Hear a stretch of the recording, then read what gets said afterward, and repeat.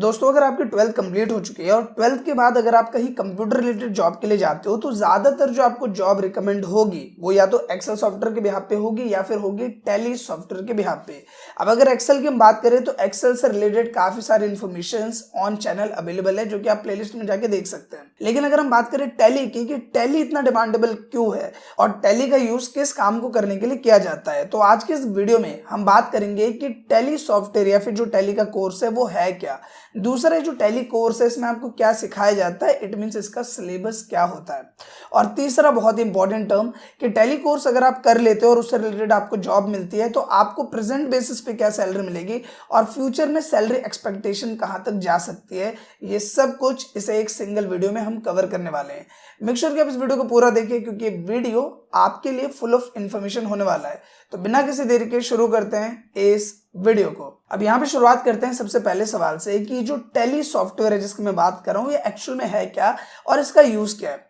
देखो tally software की अगर हम बात करें तो इसकी मदद से आप किसी भी बिजनेस का, चाहे एक छोटी सी दुकान की बात कर ले हम या फिर एक बड़ा सा बिजनेस है, बड़ा सा मॉल है, उन सबका लेन देन का हिसाब किताब जो रखना है हमें उसके लिए टैली सॉफ्टवेयर का यूज किया जाता है। अब यहाँ पे एक एग्जांपल मैं आपको देता हूँ जिससे ये चीज ज्यादा अच्छे से क्लियर हो जाएगी। अगर हम कुछ टाइम पहले की बात करें जब टेक्नोलॉजी नहीं थी तो एक मुनीम हुआ करते थे और मुनीम क्या करते थे, उनके पास एक किताब रहती थी जिसे हम बरी खाते बोलते थे। तो उन खातों में वो लिखा करते थे कि हमने किसको कितना पैसा दे रखा है, हमें किससे कितना पैसा लेना है, हमने कौन सा सामान खरीदने में कितना पैसा दिया है, या फिर हमारे यहाँ पे आग लग गई, कुछ हो गया तो इतना नुकसान हो गया।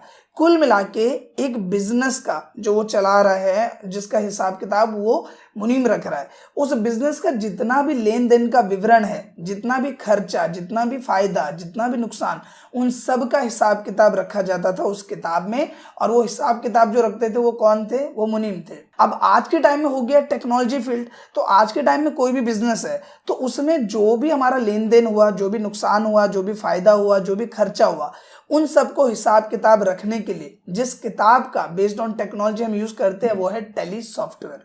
तो टैली सॉफ्टवेयर क्या कर रहा है, वो जो बरी खाते, वो जो किताबें होती थी उसको रिप्लेस कर देता है इनटू टेक्नोलॉजी। तो यहाँ पे हम क्या करते हैं कि अगर हमारा एक बिजनेस है तो उस बिजनेस में मैंने कितना पैसा लगाया, कितना खर्चा किया, कितना कमाया, कितना घाटा हुआ, किसको कितनी सैलरी दी, उन सब का हिसाब किताब रखने के लिए हम इस टैली सॉफ्टवेयर का यूज करते हैं। और ये टैली सॉफ्टवेयर जो पर्सन चलाता है, जो इसे यूज करता है, उसे बोला जाता है अकाउंटेंट। यानी पहले टाइम में जो मुनीम थे, आज के टाइम में जो टेक्नोलॉजी में जो नाम हम उसे दे रहे हैं वो क्या है, अकाउंटेंट है।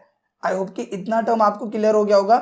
तो मुनीम को यहाँ रिप्लेस करते हैं हम अकाउंटेंट से और जो बरी खाते हैं उसको हम रिप्लेस कर देते हैं इस टैली सॉफ्टवेयर की मदद से। अब अगर आप टैली सॉफ्टवेयर सीख लेते हो तो जाहिर सी बात है किसी भी कंपनी का, किसी भी बिजनेस का, चाहे वो एक छोटी दुकान है या फिर एक बड़ी दुकान है, हमें ये दिखाना है कि कितने लोग को हम सैलरी दे रहे हैं, हमें ये दिखाना है कि कितना हमने कमाया, हमें दिखाना है हमने ये सामान इतने का खरीदा, इसको इतने का बेचा, वो सब कुछ, इतने बड़े बड़े जितने भी काम है सब कुछ हम टैली सॉफ्टवेयर की मदद से बड़ी ही आसानी से मैनेज कर सकते हैं।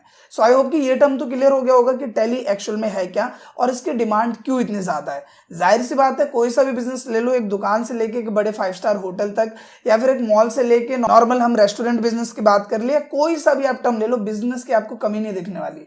और उन बिजनेसेस को मैनेज करने के लिए टैली सॉफ्टवेयर की डिमांड है।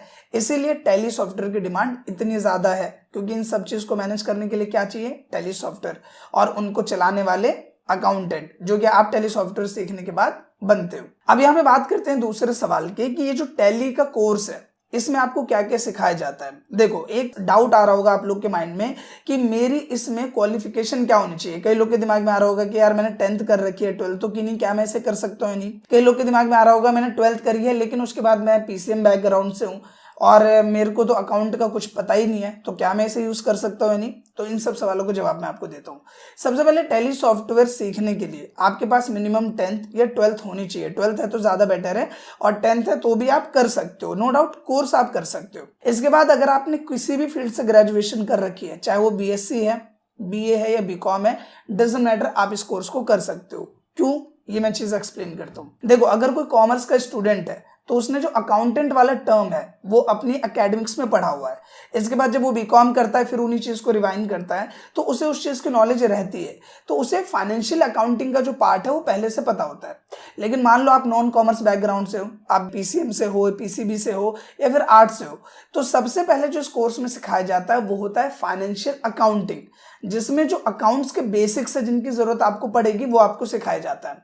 एग्जाम्पल के लिए क्रेडिट डेबिट कैसे करते हैं, या फिर एग्जाम्पल के लिए personal account, real account, nominal account क्या होता है, लेजर्स क्या होते हैं, या फिर हम बात करें इन्वेंट्रीज क्या होती है, या फिर हम बात करें स्टॉक्स क्या होता है, रेवेन्यू क्या होता है, इनकम क्या होता है, इनडायरेक्ट एक्सपेंस, डायरेक्ट एक्सपेंस, या फिर फिक्स असेट्स क्या होती है, करंट असेट्स क्या होती है। ये सब जो बेसिक्स है जिन्हें हम टर्मिनोलॉजी ऑफ अकाउंटिंग भी बोलते हैं, इनकी पहली क्लास आपकी होती है फाइनेंशियल अकाउंटिंग की।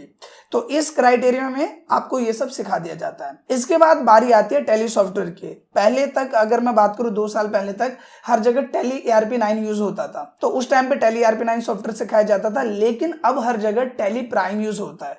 तो ये ध्यान रहे कि अगर आप कहीं से भी कोर्स करने जा रहे हो तो वहां आप टैली प्राइम सीखो, क्योंकि टैली ERP9 अब हो चुका है प्रीवियस वर्जन, और आप प्रीवियस क्यों सीखोगे जब आपको नए वर्जन पे काम करना है। तो ये चीज आप ध्यान रखें कि आपको किस पे ट्रेनिंग लेनी है, टैली प्राइम पे। ये इंस्टीट्यूट में जब आप एडमिशन ले रहे हो तभी आप ये चीज क्लियर कर लो कि आप मुझे टैली ERP9 सिखा रहे हो या टैली प्राइम सिखा रहे हो। अब ये जो सॉफ्टवेयर है इसमें आपको बताया जाएगा कि आप कोई कंपनी कैसे बनाते हो। जैसे मोहन ट्रेडर्स की एक कंपनी है, तो उस कंपनी को आपको कैसे बनाना है, उस कंपनी में जो कैपिटल है वो कितनी है, कैपिटल मतलब पूंजी कितनी लगी है वो कैसे बनाओगे आप, बैलेंस शीट आपको कैसे देखना है, प्रॉफिट हुआ या घाटा वो आपको कैसे देखना है। या फिर मान लो कि हमें ऐसे जगह पे जहां पे हम सामान बेच रहे हैं और कस्टमर आए, कस्टमर को हम बिल बना के देते हैं, तो टैली में बस आपको उनका नाम और डिटेल्स लिखना और बिल तैयार। जो आप देखते हो ना, आप कहीं पे भी सामान लेने जाते हो, फ्रिज लेने गए, एसी लेने गए, टायर लेने गए, तो वहाँ बिल होता है, उन पे GST वगैरह जितने भी टर्म्स होते हैं वो सब लिखा होता है। तो टैली सॉफ्टवेयर में बिल्स बहुत ही इजीली आप जनरेट कर सकते हो। तो आप बिल्स कैसे बनाओगे वो आपको बताया जाएगा। टैक्सेशन आप कैसे अप्लाई करोगे, या फिर मान लो कि अलग अलग पार्टीज है उनके साथ हमें कैसे यहाँ पे चीजों को मेंटेन करना है, मेमोस कैसे बनाना है, वो सब कुछ इस सॉफ्टवेयर में आपको बताया जाता है। और जो तीसरा पार्ट होता है वो होता है टैक्सेशन का। चाहे आप कॉमर्स बैकग्राउंड से हो या नॉन कॉमर्स बैकग्राउंड से हो, चीजें आपके लिए भी मैंडेटरी है, क्योंकि काफी लोगों को नहीं पता होता कि किस पे कितना टैक्स लग रहा है। अब देखो टैक्स स्लैब रेट देखो कि 0% भी है, 5% भी है, 12% भी है, 18% भी है और 28% भी है। अब किस पे 12% लग रहा है, किस पे 28% लग रहा है, ये आपको कैसे पता होगा। और कहाँ पे SGST लगेगी, कहाँ CGST लगेगी, कहाँ IGST लगेगी, तो ये सारा कुछ आपको इस कोर्स क्राइटेरिया में बताया जाता है। मैं एक बार रिवाइंड कर देता हूं। सबसे पहले शुरुआत होगी फाइनेंशियल अकाउंटिंग से, ताकि अगर आप नॉन कॉमर्स बैकग्राउंड से हो तो आपको दिक्कत ना आए अकाउंट्स को समझने में। दूसरा होगा टैली सॉफ्टवेयर, जिसमें आप टैली प्राइम सीखेंगे, और टैली प्राइम में आपको कैसे कंपनी को क्रिएट करना है, कैसे कंपनी को मैनेज करना है, कैसे एक्सपेंसेस, ट्रांजेक्शन्स, इन्वेंट्रीज को मैनेज करना है, वो सब आपको सिखाया जाएगा। तीसरा टर्म होता है यहाँ पे टैक्सेशन का, जिसमें कहाँ पे कितना टैक्स लग रहा है, कहाँ पे कितना पे करना है, किस तरीके से आपको रिप्रेजेंट करना है, वो सब कुछ आपको बताया जाता है। तो ये पूरा कोर्स सिलेबस होता है टैली सॉफ्टवेयर का। अब इसके बाद बात कर लेते हैं मेन टर्म की, क्योंकि ज्यादातर लोग के दिमाग में डाउट आ रहा होगा, ठीक है कोर्स कर ले लेकिन सैलरी कितनी मिलेगी। सैलरी एक इंपॉर्टेंट कंसर्न होता है। अब यहाँ पे जरा पॉइंट को समझना ध्यान से। देखो सबसे पहली चीज, अगर आपको कितनी नॉलेज क्यों ना हो, आप इंजीनियरिंग फील्ड से ले लो, आप CS फील्ड से ले लो, या फिर कोई सा भी फील्ड हो गया, एज अ फ्रेशर आपको सैलरी कम ही मिलती है। आप ये एक्सपेक्ट बिल्कुल मत करो कि मैंने कोर्स कर लिया, मैं जाऊंगा मुझे 50,000 की जॉब मिल जाएगी। अगर ऐसा होता तो कोई गवर्नमेंट जॉब की तैयारी नहीं कर रहा होता। तो बिल्कुल झूठ बात को साइड रखते हैं, यहाँ पे पॉइंट टू पॉइंट बात करते हैं।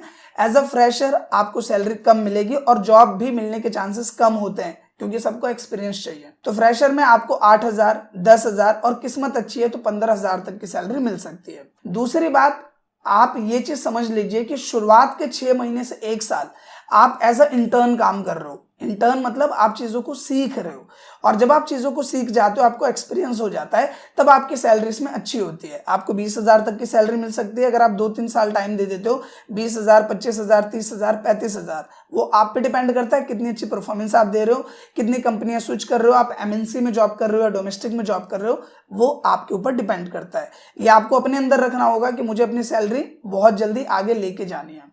बात करें, इसमें एक प्लस पॉइंट होता है एज अकाउंटेंट, जब आप काम कर रहे हो तो आपके काफी क्लाइंट्स बन जाते हैं, और उन क्लाइंट्स को अगर आप सेपरेट में एज अ फ्रीलांसर काम करके दे रहे हो तो आपकी ऊपर की कमाई वहां से हो जाती है, जो कि 20,000, 25,000, 30,000 वहां से आ जाते हैं। इसके अलावा अगर आपने 5-6 साल टाइम दे दिया और एज अ अच्छे अकाउंटेंट आप बन गए हो और MNC में काम कर रहे हो आप, 5-6 साल बाद, तो आप 40,000 से लेके 60,000 तक की सैलरी वहां से उठा सकते हो। और एज अ फ्रीलांसर आप क्लाइंट्स को काम करके दे रहे हो तो 20-25 हजार वहां से भी कमा सकते हो। तो कुल मिला के अगर आप इसमें अच्छे से टाइम देते हो 5-6 साल का, तो आप 40,000 से लेके 60-70 हजार रुपए तक महीना कमा सकते हो। बट वो आप पे डिपेंड करता है। अगर आप मेहनत करते हो, इनोवेटिव हो, सीखते हो, आगे बढ़ते हो तो जरूर। लेकिन अगर आप खुद ही नहीं बढ़ना चाह रहे, आप सोच रहे हो बैठे बिठाए आपको 60,000 की सैलरी मिल जाएगी, ऐसा नहीं होने वाला। कई सारे एग्जाम्पल्स हैं जो आपको दिखेंगे कि अच्छी सैलरी वाले, और कई सारे लोग ऐसे दिखेंगे जो कि 4 साल से अकाउंटेंट का ही काम कर रहे हैं और 15-20 हजार से ऊपर नहीं कमा रहे। तो वो आप पे डिपेंड करता है। सो आई होप कि दोस्तों टैली से रिलेटेड जितने भी डाउट्स है वो आपको क्लियर हुए हो, और जो भी टर्म्स मैंने आपको बताए हो वो आपको समझ में आया हो। अगर ये वीडियो आपको अच्छी लगी हो तो प्लीज इस वीडियो को लाइक करें, शेयर करें, साथ ही कमेंट करके अपना फीडबैक भी जरूर दें। Thank you.